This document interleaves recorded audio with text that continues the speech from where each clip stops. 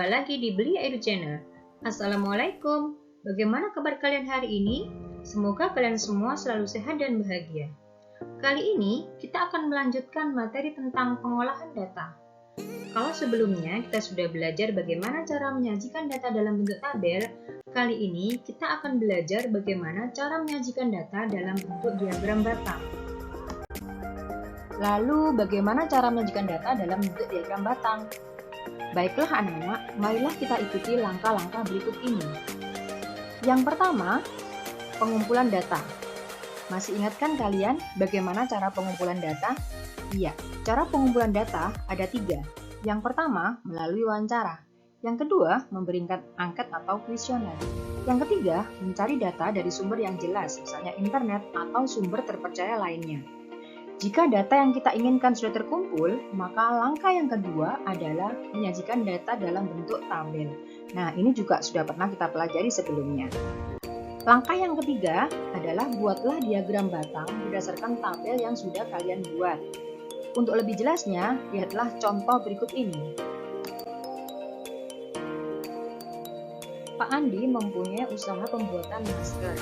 Pada masa pandemi corona, pemesanan masker terus meningkat. Selama bulan Desember 2020, setiap minggunya pemesanan masker buatan Pak Andi berturut-turut adalah 350 kodi, 400 kodi, 425 kodi, 375 kodi, dan 500 kodi. Sajikan data pemesanan masker buatan Pak Andi dalam diagram batang. Nah anak-anak, kita ikuti cara pembuatan data yang sudah Ibu jelaskan sebelumnya. Langkah yang pertama adalah pengumpulan data. Pada soal ini, data sudah ada. Nah, langkah selanjutnya adalah pembuatan tabel. Tabel kita buat berdasarkan data yang ada pada soal. Karena data yang tertulis pada soal adalah minggu dan jumlah masker, maka pada kolom tabel kita tuliskan minggu dan jumlah masker. Minggu kita urutkan dari minggu pertama sampai minggu kelima. Setelah itu, kita masukkan berapa jumlah masker pada masing-masing minggu.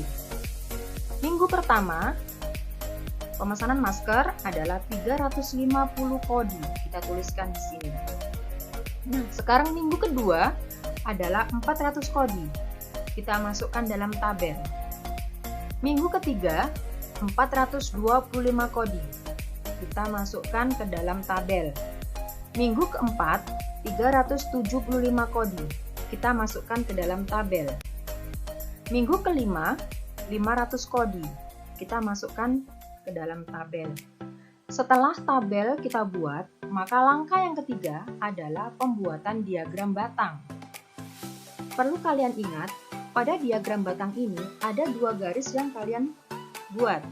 Garis yang pertama adalah garis horizontal atau garis datar. Kemudian, garis yang kedua adalah garis vertikal atau garis tegak. Pada garis horizontal, kita tuliskan minggu. Kemudian pada garis vertikal, kita tuliskan banyak masker. Setelah itu, kita buat diagram batangnya atau batang-batangnya. Pada minggu pertama, jumlah masker yang dipesan adalah 350 kodi.